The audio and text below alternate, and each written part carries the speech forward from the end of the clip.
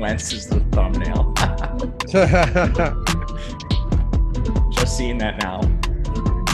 Yo, what's going on, everybody? Welcome to the Stokastic.com NFL Showdown Strategy Show presented by PrizePicks.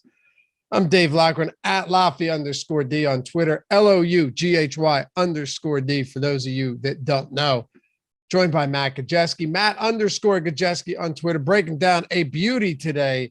Washington Commanders at the Chicago Bears. Let's go, baby. Look, here's the silver lining, Matt. It's actually impossible. Anyone that wants to be anyone last week that was going, oh yeah, it's Broncos Colts now, but wait till next week, it's going to be worse. No, it's impossible for anything to be worse than last Thursday night game. Yeah, that's true. That was an atrocious game.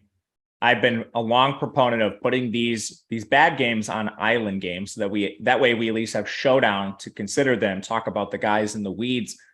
But I think this game might be better than people think. There's a lot of volatility on both sides. You know, like we're not talking about two of the premier teams in the league. It could get sloppy. And sometimes those sloppy games lead to a lot of scoring. Sometimes they don't, but sometimes they do. We could get a Detroit Lions situation where maybe, Washington's defense is just so bad, we get some points on the board. So I'm tentatively optimistic. It's my Chicago Bears. Love the Bears. You do all the betting videos. I was curious, did you have a lean in this game? Because it is ugly on paper, but no. And the reason, excuse me, we're still getting over this here. The reason I don't is because if you look at both of these teams, I'm not sure that either of them have a weakness and a lot of weaknesses here, but I'm not sure any of them have a weakness that the other team is strong at. You know what I mean? Like the one I could find is Chicago Bears offensive line. Fields has been pressured almost 50% of his dropbacks this year, which is insane. 48.1% of dropbacks. A lot of that is his fault, but a lot of that's the line. Washington does have a decent pass rush. They do bring a lot of pressure. So there's that. I think they have the fourth highest pressure rate in the league. But aside from that, you look at it, you go, okay, Bears run defense is their key weakness. Washington hasn't been able to move the ball on the ground. They can't block. Washington's passing game has actually made some big splash plays, some big plays, but Bears get Jalen Johnson back. Their secondary's at least been serviceable this year. And then on the other side, like they can't really run the ball well. Well, they do want to run the ball well, but Washington's run defense is markedly better than their pass defense. So for me, I think one of these can be exploited. Maybe if they decide that Eberflus wants to throw more with Fields or that Washington finds a way to run the ball. I just don't know which edge is going to be exploited because the edges are so minimal, if that makes sense. yeah, I 100% agree. Like I said, I think this could get ugly in a number of ways. There's not really, like you said, I don't think there's really a strength to either team in particular. I do personally think Justin Fields is a little bit better of a signal caller, but he is the worst weapons, like very clearly. And they're, for one reason or another, you could point to the offensive line, you could point to Fields himself. They're not throwing the ball downfield. So you're still probably not looking at a real high score from the Bears unless they just have pure efficiency on their side. But did you see the reports this morning about Wentz dealing with bicep tendonitis or bicep, whatever? He is listed with a shoulder injury. So I'm guessing that's what the shoulder injury is. Your bicep connects at the shoulder, but is that what's limiting Wentz, or, are we just looking for a scapegoat at this point to bench him?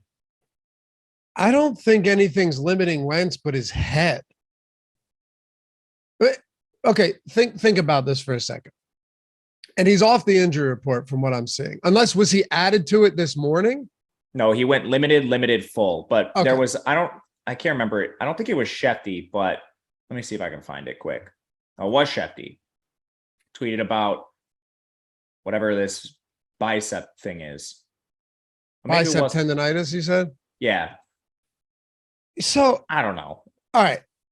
Can we both agree that Wentz has actually made some insanely impressive throws this year? Yeah, he has. This team is actually throwing the ball a lot. And partially because their defense can't stop anybody. They just have been getting into these wild shootouts. And it's not like his pass catchers are bad. I like Terry McLaurin. Curtis Samuel's come on pretty strong. Dotson's injured right now, but he's actually had a really good start to his career too. So he's backdoored his way into a couple of good spots and he's made a couple of good throws himself. It just hasn't been consistent. And this team has deficiencies outside of Wentz too. So I don't know.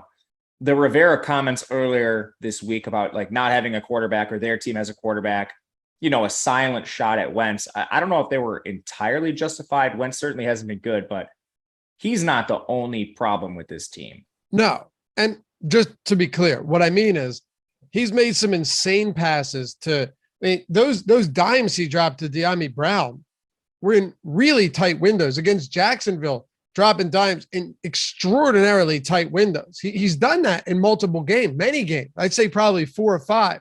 Well, 3 or 5. The problem is when I say it's in his head, Wentz always finds a way to lose a game. He will always find a way to make an unforced error. So I went in and looked at this on PFF yesterday. I was like, what are his numbers under pressure this year? Maybe that's the problem because he's constantly ambushed, right? He's constantly under duress. Only one of his interceptions has been when he's under pressure, Matt. So to me, a lot of these are just making poor decisions, trying to fit balls in the tight windows and making mental mistakes, not forced errors, just unforced errors. So it's just such a Jekyll and Hyde situation every single week with Carson Wentz. He's going to make a few really good throws where you go, wow, like this guy looks amazing. And then he's going to make some throws like on the goal line where you could win the game, which he's done twice now, where you go, this guy can't be in the league. He can't be started. And you could do that week to week. Wow, this guy's going to bring them back and win a game. And then, oh my God, he's never won on he's never had a winning 2-minute drill drive. I think he's had one against Jacksonville, right? Wasn't it against Jacksonville? That was, I think, his first career 2-minute drill winning drive. So it's always two sides of the coin for Carson Wentz. But from a fantasy standpoint, kind of like a Jameis Winston in 2019, like he's going to throw a lot of passes. He's going to throw some really nice touchdowns, and then he'll probably throw a couple picks and maybe a pick 6. The problem with that style of play is it's going to get you benched. And yeah, sure. Winston got benched. The leash on Wentz isn't real long. I wouldn't be surprised if he got benched in this game. But would you? No, I wouldn't either. Would you rather on a showdown slate play Russell Wilson or Carson Wentz right now? Wentz. Not even close, right? No, it's Wentz. Shocking even with the risk of being benched. I'll take the risk of being benched with Wentz. They're going to throw the ball all over the place. Yeah. Yeah. It's a tough spot. And we're going to get into all of this. That's what we're here for. Appreciate you guys who have already hit that thumbs up. If you haven't done so yet, you know the drill. Atone for your sins, my friends. Help us appease the YouTube overlords. They're hovering over top of us. We need to keep the lights on here. Whenever you say you're watching after the fact, leave a comment. Helps us greatly. Thumbs up. Subscribe to the channel. All that stuff goes a really long way for us. And if you're listening in podcast, hit the subscribe, leave a review or a rating. It helps us greatly, preferably a nice one, but however you feel is perfectly okay by me. All right. You ready to get into this? As ready as I'll ever be. Let's do it. All right. We'll start with the Commanders, 1-point favorites. And I did say in my betting video, just to be completely transparent here, that I would lean Commanders here. I would lean the Commanders because I think offensively, they are a little bit better. The issue is, will Wentz find a way to lose the game? That's what it comes down to for me. But let's start with Wentz. You say that he has a real risk of being benched. I don't think you're wrong. I also don't know if Taylor Heinicke is going to make any difference whatsoever. But we'll start with Wentz. He is amazingly the most expensive player on this slate. But no one's egregiously priced here because it's the Washington Commanders and it's the Chicago Bears. Right. It's far cry from, like having Kelsey and Mahomes and all these guys on the slate. But overall, I do kind of agree with the pricing. It's like, who else would we put above him? David Montgomery or like McLaurin. Even these guys have had struggles this year. You're not putting Fields above him. So I guess I have to agree with it out of necessity, but there is a real chance that Wentz is benched. And what does the offense look like with Heinicke? I don't think it matters. They're losing games off Wentz interceptions, Wentz negative plays. Ron Rivera is going to get fired if this continues. So I don't think in Ron Rivera's head, he's thinking, okay, the offense is going to be markedly better with Heinicke under center. like Ron Rivera is playing for his career right now. And if he continues to trot Wentz out there, he's going to end up fired. So like at some point you have to make this call just from the pressure looming above you. If Wentz plays all of the snaps, I think he's a guy you should definitely be considering in your lineup because the offense has been pretty voluminous from a pass game perspective. There's a very real chance he just simply backdoors his way into a usable score in not only the flex, but in the captain spot too, because of that raw volume, even if it's not the most efficient. And we've talked about this a lot of times, going all the way back to Jameis Winston.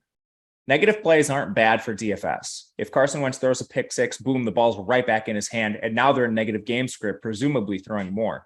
The problem is you just can't have that with the leash he has right now. So I don't know. We're towing a line with Wentz. I'm going to play him. Our tools like him. Comes down to lack of alternatives, in my opinion. And for what it's worth, Matt, I 100% agree with you that the pricing's correct. I was just laughing because it's a product of the slate.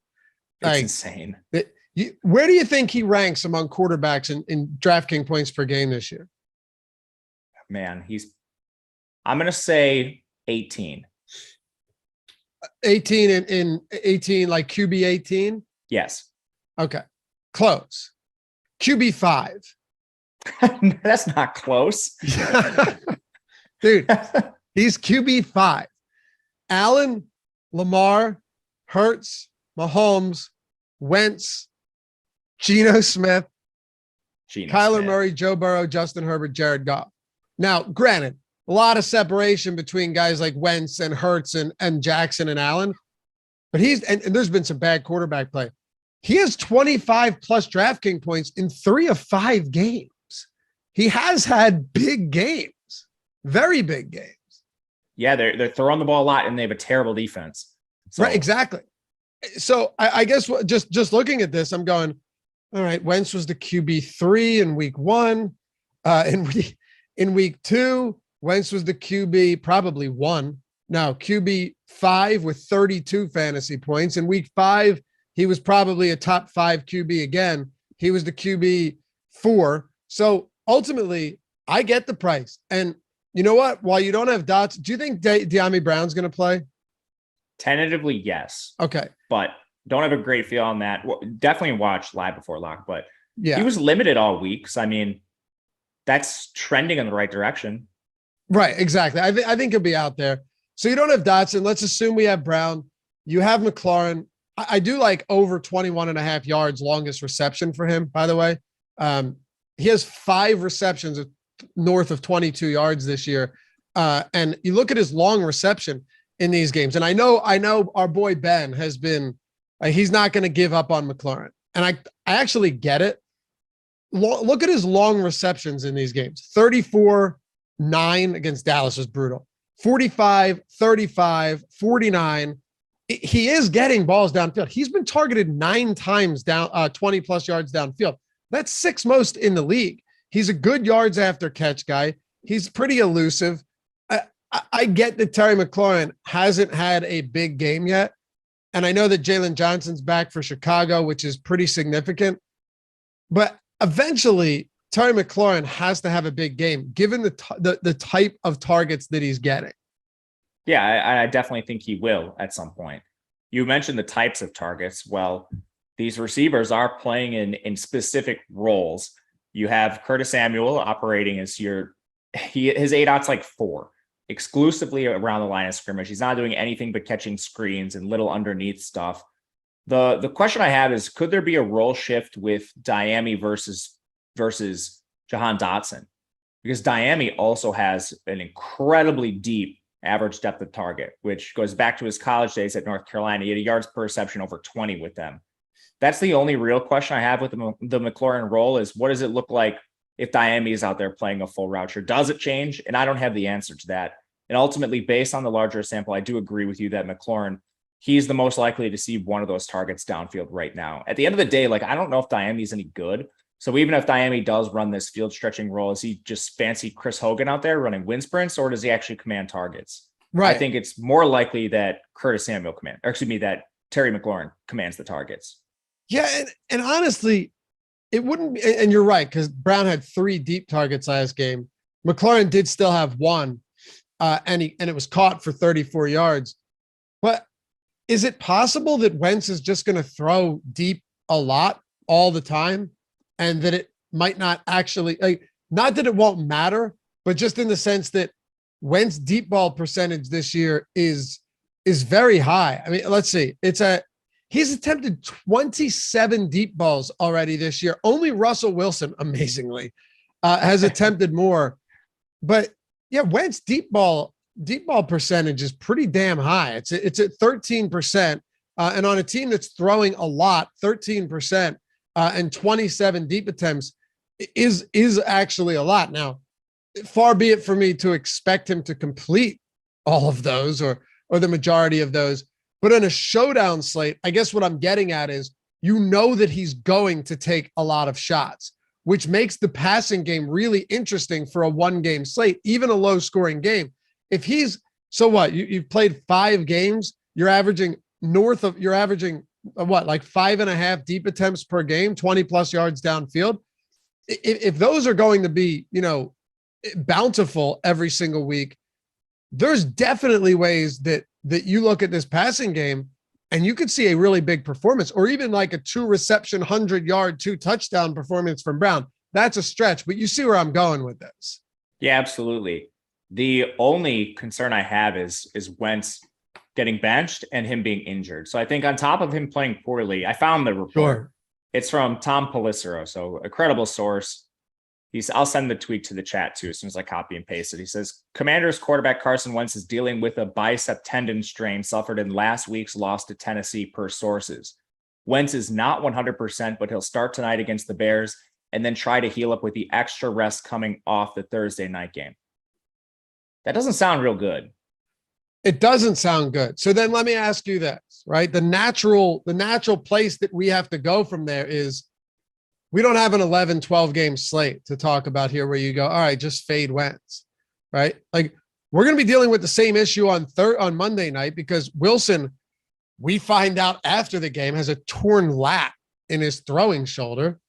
If you're looking at Carson Wentz and you're worried about this injury, that removes, not half, but that removes like a quarter of all of the options that we have in this game from the player pool. If you're fading Wentz because of the shoulder, because then you're clearly fading pass catchers. I don't think Heineke's that bad of a backup compared to him. Like, I think Heineke can get the ball to some of these guys. He's not atrocious. But I'm saying, what if Wentz plays the whole game with that shoulder? Then you're probably assuming that it's not affecting him that much. Right. I don't know. This injury is tough to navigate. Like, I think there's a real chance he could be benched performance-wise. I think there's a chance he comes out here and the shoulder doesn't feel right, and then he just sits out the rest of the game anyway because they have that long rest. Well, it makes it real. Chance he plays the whole way and he's okay. Makes it real tough because we only have one game. I'm probably going to use ownership as a real guide here later in the day because of this uncertainty. So say, for example, the field's real confident that Wentz is a top play on this slate. Then I'll probably play a little bit less of him, lean into this injury news. But if people are going to start fading him because of the injury, I'll probably play more Wentz just because you're not going to know. So right. I want to benefit from a potential mistake by the field. And currently in our top plays tool for Showdown, we have him with one of the highest leverage scores. I mean, we got him with a 4.3 positive leverage score. 3 free days, by the way, all of Stokastic Plus Platinum, NFL stuff, all of our NFL tools, whether it's the top plays tool, which gives you, I don't know, everything, leverage scores, top play probability, 2 through 6, which is huge for draft. If you're on FanDuel, 2 through 5, probability that they finish in the top 2 through 5, captain ownership, projected utility ownership, all of that. You're getting the projections on there as well. You're getting all of the tools that we have available for main slate, everything for 3 days, totally free. Just use the link in the description. Tyler can throw it in the chat for those of you guys listening live. No strings attached, entirely free. Seriously, if you're a new user, take advantage of it. Get a free look behind the curtain at the tools without having to pay anything. Yeah, check it out. You can follow along as well. Matt, what about the concept of, say you're playing 5 lineups, 150 lineups, whatever, but like say you're playing 5 lineups. What if you go with, how in PGA, I know that Ben and Eric and these guys always talk about it on their shows. or Jeff too. They'll talk about like weird weather days where they'll make lineups based off of tee times, right? Like the tee times, like early tee times, afternoon tee times, and they'll fade a certain wave of tee times, right? Because the weather could be getting bad around that time. What are your thoughts on making lineups where you're going kind of full in on Wentz and then others where you're going full out on Wentz? I think you could definitely do that if you're running multiple lineups. And I would probably approach a game like that with such a low total here tonight. You know, if you're going all in on maybe a running back or something from Washington, you're probably playing with the idea that they're ahead in the game. Chicago is struggling passing from behind, and you could do it vice versa. So it's kind of still factored in with game script, I think, here. If Washington's leading in this game, I don't anticipate their pass rate being quite as high, just because, well, one, they're 1-4 this year. They haven't been in a lot of positive game script, so we don't have that as a sample. But two, if you're dealing with a quarterback nursing an injury, why would you want to aggravate that if you're already playing with a lead? Yeah, I get it. I'm just trying to get, to sift through this one with you because it's not easy. It's a very difficult situation when we only have one game.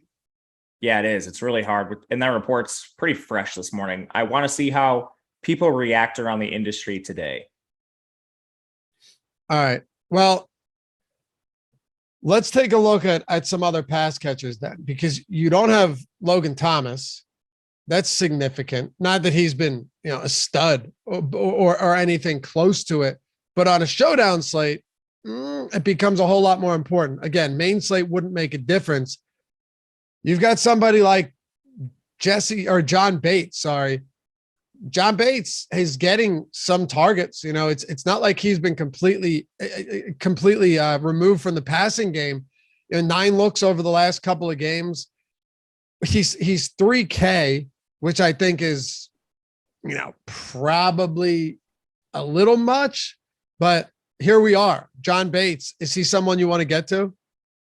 I think he's okay. It wasn't the role we saw him play last year. They actually split snaps almost 50-50 between John Bates and Cole Turner. Cole Turner, he's this young tight end. He went to Nevada. He's actually a really good pass catcher. Whereas, like John Bates coming out of Boise State, he was this pretty clear two-way tight end, played a lot in line. Last year, Nevada ran an air raid scheme. Their coach moved over to Colorado State, but they essentially are running 4 wide every single play. So while Cole Turner held that tight end designation, a lot of it was like Kyle Pitts-esque, where he's lining up in the slot and out wide. Their targets between them last week still favored Bates, but it was, 3-2. It's really close here. I'm worried about Turner taking on a lot of the passing specific stuff instead of Bates, just because of that one game sample we have there. I'm not sure why they would involve Turner so much if they don't plan on using him going forward. Okay. So then when it comes to Turner, he's minimum salary. Is he someone that you're looking to get to?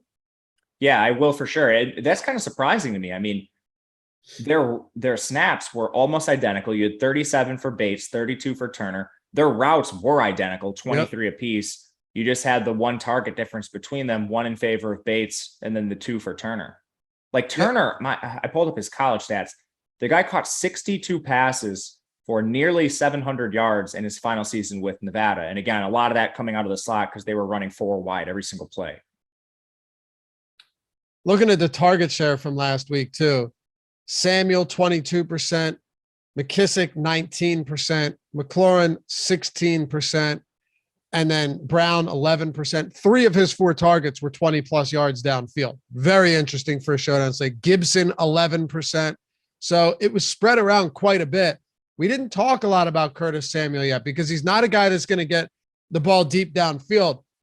But if Wentz is actually dealing with a shoulder issue here, does Curtis Samuel not become your primary beneficiary in a spot where he's already been pretty much the top target in Washington this season? Yeah, I love Samuel. One last thing I want to say about Turner, because I just pulled up his snaps by position. Like Dyami didn't play every single snap last week. If you look at the receiver snaps, you had McLaurin clearly number 1 at 62. You had Curtis Samuel at 57. He's clearly, these are like 1 and 2 interchangeable. But then you had Cam Sims at 37, Dyami Brown at 20. Well, Cole Turner and John Bates each played over 30 themselves. They used 12 personnel a little bit. And when Cole Turner was on the field, of his 33 snaps, only 10 of them were in line. So he's lining up out wide and in the slot a fair amount.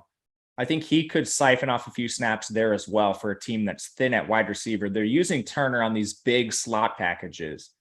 So he's a little more involved than I initially thought here. But anyway, back to Curtis Samuel. I think he's one of the best price adjusted plays on the entire slate.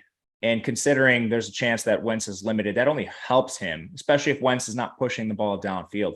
He's giving positive leverage everywhere you can possibly play him right now. Probably some of that due to lack of alternatives, but the volume's been so good for Samuel, regardless of his low ADOT. Like, who are the other big play options that are really cannibalizing him or taking away from his potential ceiling? The opportunity cost, if you want to think of it that way. I think the only one who really might is McLaurin, but I'm not really scared of David Montgomery. Yeah, I'm not either. This really could be a 10 target game for Curtis Samuel. And you know what else I was thinking, Matt? Let's just say that this game is as low scoring as the total would indicate, right? Let's just say it is going to be, a low scoring affair, final score 20-17 or whatever. Curtis Samuel on PPR alone, just on receptions alone, could be really significant, right? Like if he has low ADOT receptions, but he grabs 7 or 8 of them, that could take us a very long way. Absolutely, especially low scoring slate. We're worried about both quarterbacks. If, let's play this game for a second. If Wentz gets benched, he's probably getting outscored by a receiver. Who that is, whether it's McLaurin or Curtis Samuel, I don't know, but the raw PPR volume that Curtis Samuel has, just that 1 point you get every time he catches the ball in DraftKings, is significant on this slate. So for that reason, I like him quite a bit. Me too. I'm actually selling myself more on him being my favorite pass catcher for Chicago, especially with Jalen Johnson back. Do you think that makes a big difference? Because he is their best corner. He is their best corner. Yeah, I do think it. I think it helps Chicago for sure. And I'm sure Washington can try to do some creative stuff to get McLaurin away from him at times. But, you're dealing with limited receivers at other positions. You're not going to play like Curtis Samuel out wide a ton. You're not going to play like Cam Sims out wide a ton. So McLaurin's probably going to run into him a little more naturally than some of these other guys, just because you have limited receivers that can't play the boundary for Washington. Anybody else you want to talk about from pass catcher standpoint? How interested are you in Dyami or Cam Sims? Cam Sims, he played more than Dyami. He ran more routes than Dyami. Their snaps, Cam Sims 37, Dyami 20. Routes, Cam Sims 29, Dyami 16. I think I'm probably fading Dyami Brown with, people looking back on that big eruption spot. He didn't even play that much. He didn't, but he didn't play that much, but they were all, home run opportunities. Now, I'm not saying that 2 receptions for 105 yards and 2 touchdowns is the likely outcome ever. But if 3 of his 4 targets are monster deep shots, then I'm a little bit more inclined to say, hey, if he gets 2 of them today in what's projected to be a low scoring game, I could see him getting us there without a ton of volume. So that's really what it comes down to for me. Does he need to be on the field as much as he normally would if we're going to be if the opportunities that we're getting are going to be higher value opportunities from the ability in terms of the ability to actually win a tournament? Yeah, that's a great point. He is probably just a boom bust guy, not only because those are the targets he's seeing, but he's just not seeing very many of them, and he's not playing very many snaps. So now it's okay. He needs to play enough snaps to get a couple of those, but then those are already really low probability targets with Carson Wentz. So then he needs to hit one too. So I'm still probably going to fade him, but you make a great point. There's ways to build with him where you can target that upside for sure. His air yards had to have been insane last week. Yeah, I don't have them specific to last week in front of me, but he was getting targeted deep downfield. Yeah. So I get it. I think either way is doable because Dyami Brown could end up if those are if those are his targets, he could end up with 0 fantasy points, just as easy as he could end up with 20. Yeah, I'm just worried that he sucks. Just it's possible. Like he hasn't played at all in his career. But I really do think he's probably the high ceiling, super low floor guy if you're looking at somebody for Washington today. Agreed. All right. Hey, Brian, and we're going to get to the Stokastic Hall of Fame after this. We got some good ones today. And for those of you guys that ever want to get up on there, all you got to do, stokastic.com/avatar, download the avatar, throw it on DraftKings, FanDuel, Yahoo, wherever it is. And if you finish top 3 in a field of 5,000 or more, tweet us at Stokastic HOF. You get up in the Hall of Fame, you get inducted, we brag for you, and you get a free month of Stokastic Plus Platinum, $120 value. Tyler just put it up on the screen. It's as easy as that. Download the profile picture, tweet your wins at Stokastic Hall of Fame. You got to be rocking the avatar, okay? And win a free month of Stokastic Plus Platinum and get up here in the Hall of Fame. So we'll get to that in just a second. But I want to talk to you about this run game now. It was odd that Brian Robinson got the majority of carries. That wasn't the odd part. What was interesting is that Antonio Gibson was still very involved as a pass catcher. I mean, this is kind of what we expected heading into the year. What the big surprise for me was that it happened so quickly. Yeah. In Robinson's first game coming back. But I mean, they wasted no time. I think it fully is that 3-way committee we were worried about. And I'm worried about Gibson getting phased out even more. They're talking about using him on like kick returns and stuff. They clearly don't think very highly of him. So automatically he's a player, unless we just get like single digit ownership. I'm not going to have a lot of interest in him. He's coming in with the lowest score, like negative leverage score, the most negative on the board. I don't know how to say that the best way, but he's, I guess, one of the lowest leverage score on the slate. Yeah. Or I guess you could just say the worst play on the slate based on our tools. Sure. The worst price adjusted play, which is a big concern for me. And if they're trailing in the game, like you're just not going to see much of him at all. It's going to all go to JD McKissic. If they're winning, how much of it goes now to Brian Robinson? Right away, all 3 of these backs aren't the most attractive because a 3-way timeshare at their prices is horrific to begin with. If you are going to play them, I really think you need to use the game script route and think about the way you're building your lineups with them. I kind of like Robinson this week a little bit because I'll tell you why. There's a good chance that this is a neutral game script throughout. I mean, when you look at Washington or the Philly game, they were getting crushed. They were down 24-0 at halftime. They were throwing a lot against Tennessee. They were down early against Dallas, lost by 15. They were down huge against Detroit. They were down by 14 to Jacksonville as well. You know, I think Wentz will still throw, but if he is dealing with a shoulder and Chicago's offense is their typically anemic self, it's not to say they can't score, but they're not good, right? Like this isn't a good offense in Washington or in Chicago. It's probably, it's the worst offense they've faced yet. Then maybe they do decide that they're going to try and run the ball. I mean, this is a Chicago team that's averaging 17 points per game. Washington's at 18 points per game. So they're very similar in terms of talent there. Brian Robinson has a rushing attempts prop of 11.5. I think he gets over that today, and I think he might get over that easily. Yeah, you mentioned the positive game script they're projected to see as a 1-point favorite here. They haven't played a lot with it. You have a potential out that they just decide to phase Antonio Gibson out. Like maybe this was a slow build for Brian Robinson and he's going to handle a lot more of the work and they just use him in a timeshare right away. He already is seeing more than Gibson, but there's a chance like they just don't use Gibson at all. They clearly do not value him very much. And I don't know whether that happens, but if you're looking for bets here, it's the over or pass on that for me. And for backs, I do agree with you from a DFS purpose. It's probably Robinson or pass for me too.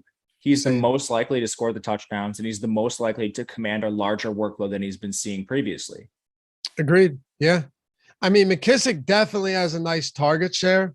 He gets a lot of work in the passing game, but he's basically the same price as Robinson. And Gibson's price is, I think it's like, and you already said, it's probably the most prohibitive price tag on the entire slate. Yeah. To make this very simple, he's just the worst play on the board right now. Anybody else for Washington before we move on? I think we hit everybody. We talked at length about Cole Turner. If you see someone, let us know. But I think we got him. I think that was that's a good pull on your part for sure. You don't really get minimum salary guys that are actually in the offense, So right. Yeah, we had to spend a lot of time on Washington, guys. There's just so many moving parts here with the backfield, with the Wentz injury. So bear with us. We won't spend as much time on Chicago. But like I said, Stokastic Hall of Fame, shout out to everybody. Download the avatar, use it. Get your free month when you finish top 3 in a field of 5,000 or more. Let's go, Tyler. First one up. Sean's on. We got $70,000. This guy crushes. He's behind the scenes at Stokastic, working on the projections, doing a lot of stuff behind the scenes. So keep that in mind when you're seeing these huge scores. Monster win there, $70,000, captain market. Even with the snowflake from Lamar, the highest priced player on the slate, that was an odd game to say the least. Crack Zanston, a few weeks late, but huge shout out to the man himself, awesome DFS, Alex Baker, for putting me on the Dolphins stack. I remember this game vividly. 22,500. Boom. Got some big winners. Our producer on some shows, Mike Lawrence, stuck traveling yesterday, so I had to reply solely listening to Stokastic morning shows and hand building, and yet again, they did me solid. $5,000. I don't know how any of us got you to Tevin Coleman, but hey, maybe Matt mentioned Tevin Coleman in Live Before Lock, because I damn sure know I didn't. Did you? Were you a big Tevin Coleman guy? I don't think it was me. What? I don't think it was me. Yeah. All right. And then Mike Lawrence with the parlay, 17-1 odds, paid out $914 on $50. Jason Jordan with $1,500. Laffy, still have an old profile pick. Can I qualify for a free month for coming with a Dallas strip sack to taking this freebie down? Love all the pods. Oh, that was a free dude. Winning though, getting money, like significant money in those free contests is insanely difficult. Let alone $1,500. There's probably 100,000 people in that thing. So congratulations, man. And I'm sure we'll get you that free month. I don't know. You got to hit I did hit them up. So they'll get to you. I hit them up for you. So everyone, anyway, congratulations. You've now been inducted into the Hall of Fame. Collect your free month. That's everything on the site, by the way. $120 value. And you get up here for all the people to see your great accomplishments, your lifetime achievements. Now succeeded. All right, Matt, let's talk about the Bears. +1, 18.5 point total. Kick it off with Justin Fields. What do you want to do with him? I want to play some Justin Fields.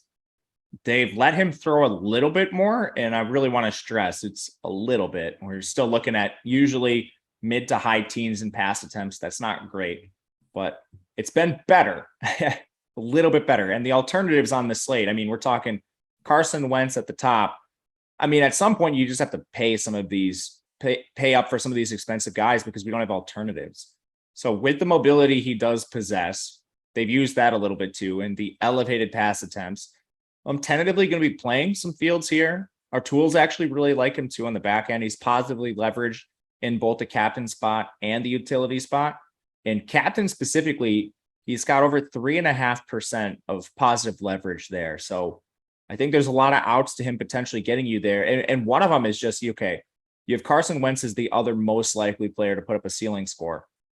If he gets benched, I mean, Fields in just a full game could eclipse that. So I think there's a lot of paths to Fields getting there. He's also a little bit cheaper than both Wentz and Montgomery too, which is a bit surprising. But all that to say, I like Fields tonight, and I honestly didn't think I really would coming into the slate. Yeah, you've seen a little bit of increased passing volume, but it's so funny for us to be like, yeah, they're passing more 21 times, 22 times. Yeah, when you were throwing like 14, I know. We can get 33% increase. That's huge. Yeah, hey, that's a great point. That's a good point. 11 times in week 2, 11 times he threw the football, 17, 11, and 17 to open the season. It's insane.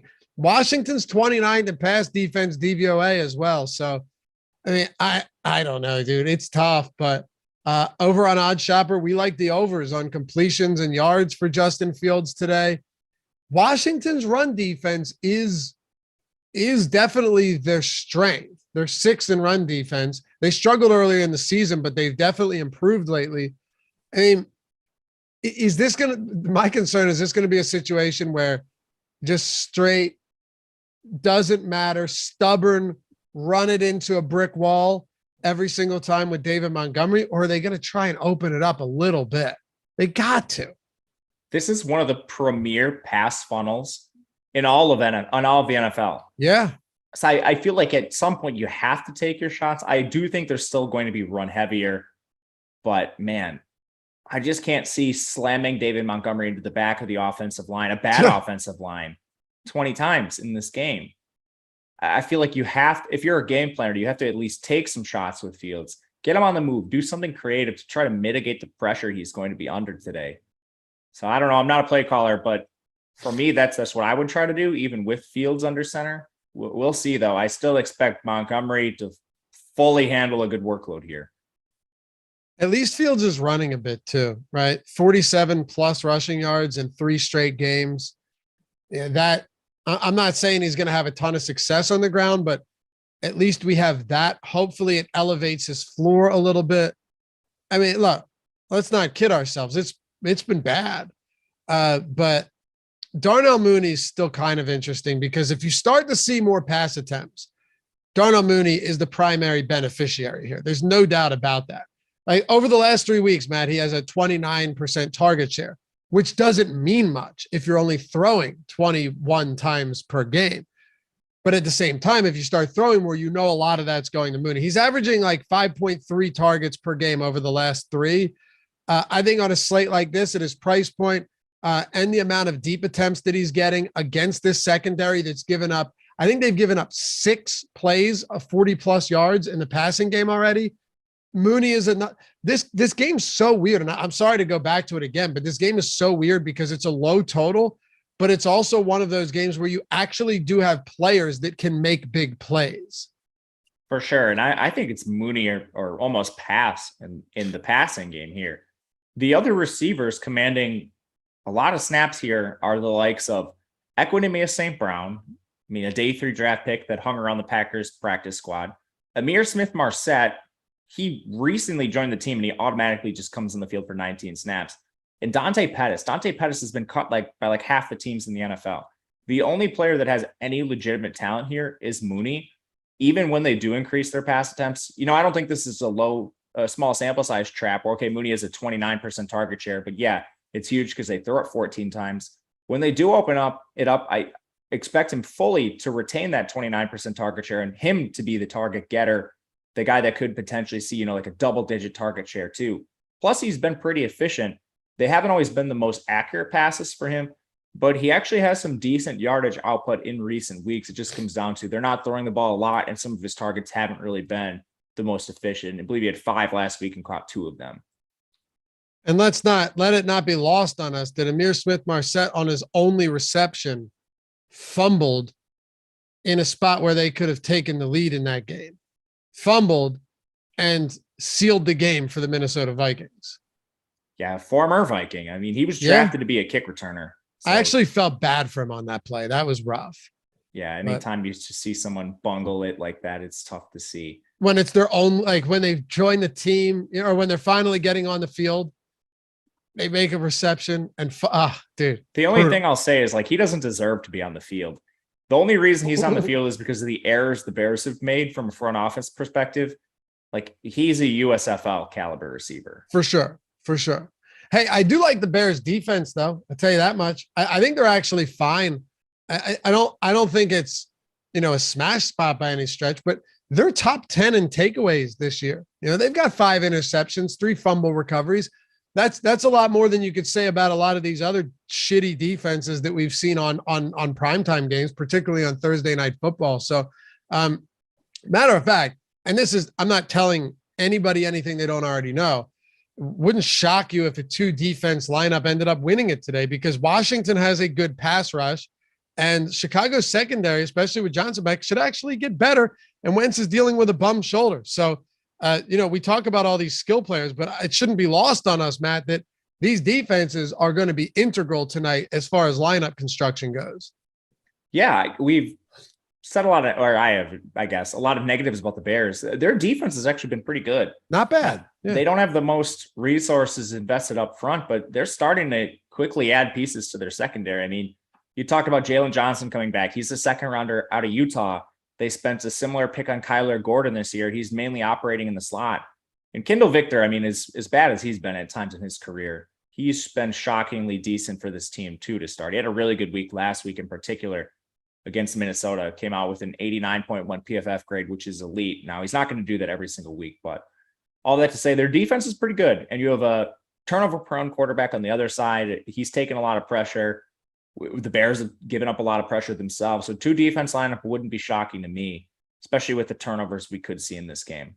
Yeah. I'll also be betting Wentz over a half an interception as well, especially now with that shoulder. Yeah, that's the gift that keeps on giving. It's those places where they have the props set at 0.5. You talk about this all the time. If you have a projection of 0.9 and the prop is at 0.5, there's a huge difference there. For sure. Absolutely. Yeah. And, he just makes so many mistakes. All right.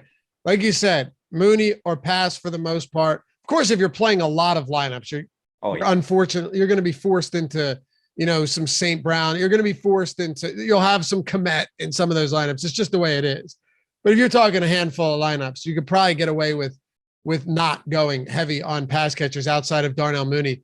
How about the backfield here with David Montgomery and Khalil Herbert? Montgomery looks to be much healthier now. I thought this would be closer to a 50-50 timeshare just with how well Khalil Herbert's played. But Montgomery came right back out and he significantly outpaced him in terms of touches. So it looks like Khalil Herbert just mainly a change of pace guy with Montgomery still operating in that role he's always had. Montgomery's a good pass catcher too. Those targets he has, I mean, it's a pretty decent target share based on the amount of attempts they're throwing overall, and it makes sense. Fields hasn't really been pushing the ball downfield with much success. So targeting Montgomery underneath in these leak outs, I guess it makes sense for the offense. It's more just an extension of the running game. But the Bears have been pretty good running the ball. It's their one strength on offense. The tough part is it's strength on strength here. You've got the Washington defense, their best assets, their run defense. Bears' best attack on offense has been their run game. So that kind of a little bit of an equalizer here. We'll see how it plays out. But ultimately, Montgomery's role in the pass game is still enough to target, I think. And again, lack of alternatives. I think if you're ranking the studs on this slate, it's probably number 1, Wentz, even with the risks, number 2, Fields, and then who do you have 3? Because I think it's probably Montgomery over McLaurin and Samuel, in my opinion. Yeah. Just like the volume is so good, even if it's inefficient. I know. And he'll get goal line work if they make it there. Someone in the Odd Shopper, the Premium Insider Access Discord, which I know you're in, you give your picks in there all the time. First week's free, by the way, if you want to get in. I don't know if the link's in the description, but first week's free. If you want to get all of our picks that aren't on YouTube, that we don't talk about anywhere, and get injury updated related picks, because that comes in, that flows heavily for college football and basketball and NFL, really any sport for that matter. Somebody asked me about the David Montgomery over 2.5 receptions prop. And I found it interesting on Odd Shopper. It's our second highest expected ROI prop. It's at plus 135, Matt, which is nice. And you would think that, what my only concern is? A quarterback that has better awareness in the pocket, knowing that they can't hold up, that the offensive line doesn't hold up, and that Washington is going to bring pressure, you'd feel real confident in Montgomery getting those targets. I'm just hoping that Fields is cognizant enough to see that Montgomery's there and to get the ball out in time. Yeah, that's always going to be a concern with Fields, but he's been pretty good targeting Montgomery to start. So I think we can give it some confidence. The tools on the back end, that's positive too. I like that they're showing second highest ROI. I think you're right. I would put Montgomery over Samuel. I think Montgomery and Samuel are both smash plays for cash games, right? You maybe not Samuel, but I feel like just from an overall floor perspective, you're getting that floor. You would definitely think, at least with Montgomery. based on receptions alone and PPR formats, you're getting there with Curtis Samuel.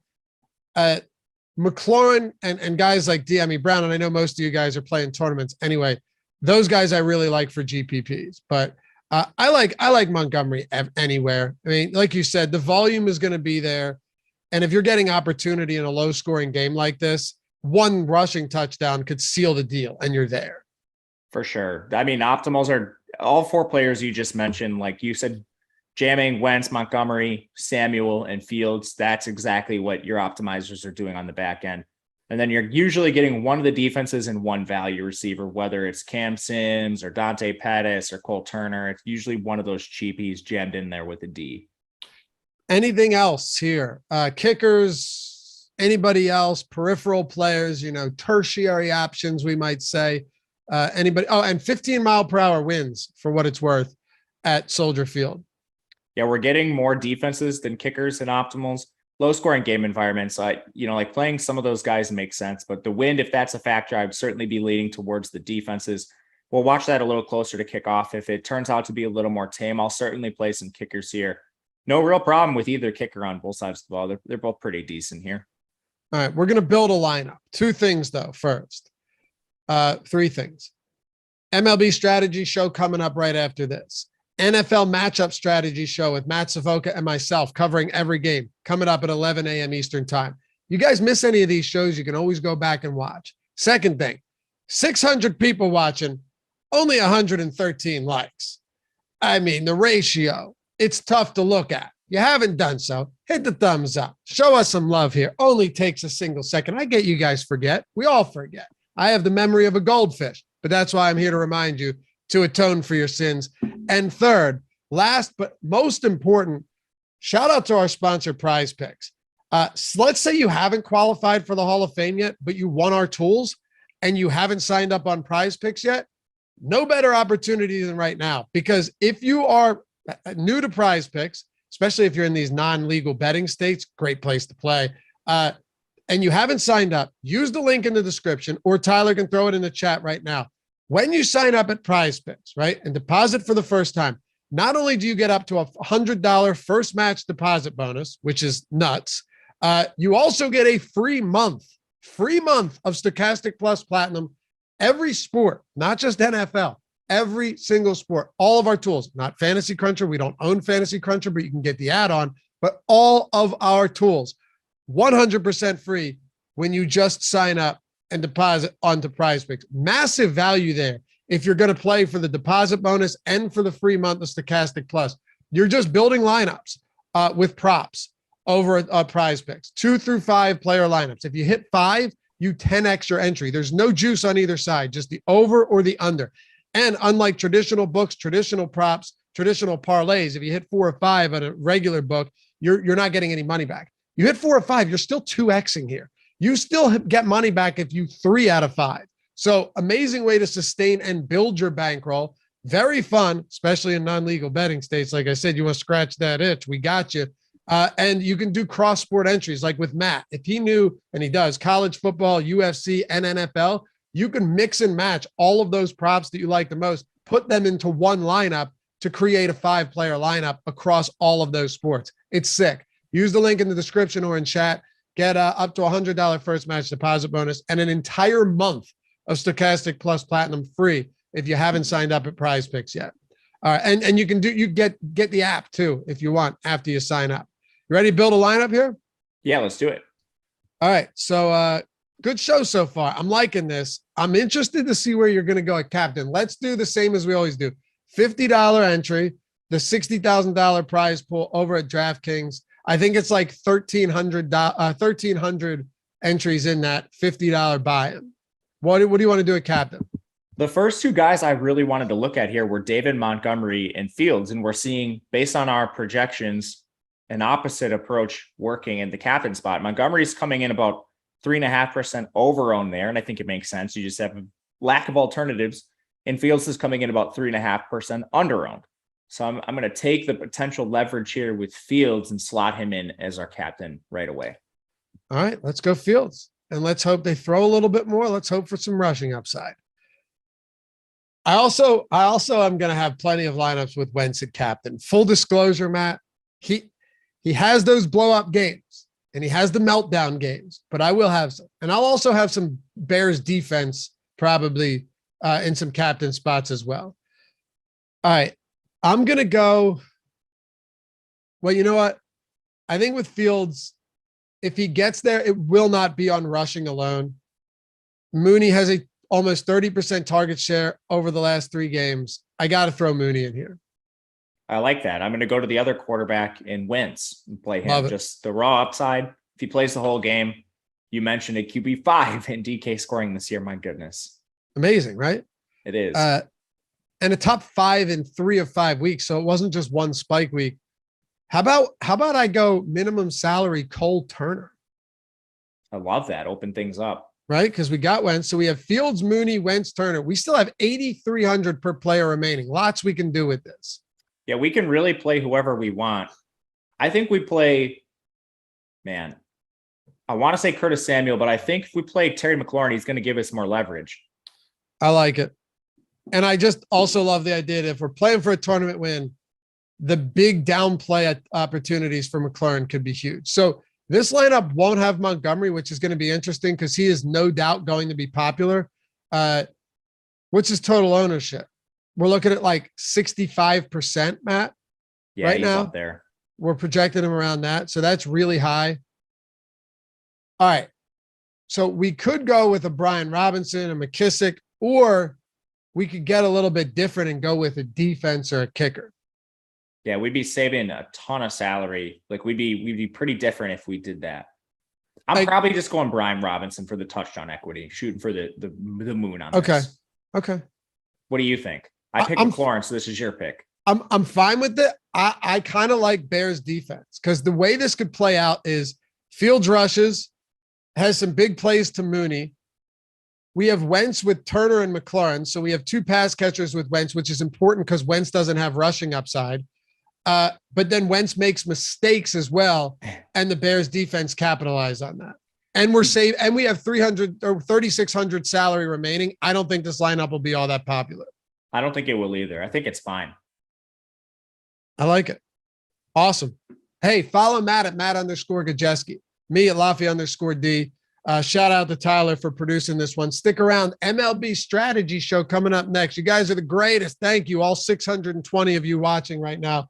We'll catch you back here 11 o'clock strategy show. All games for Sunday. Peace.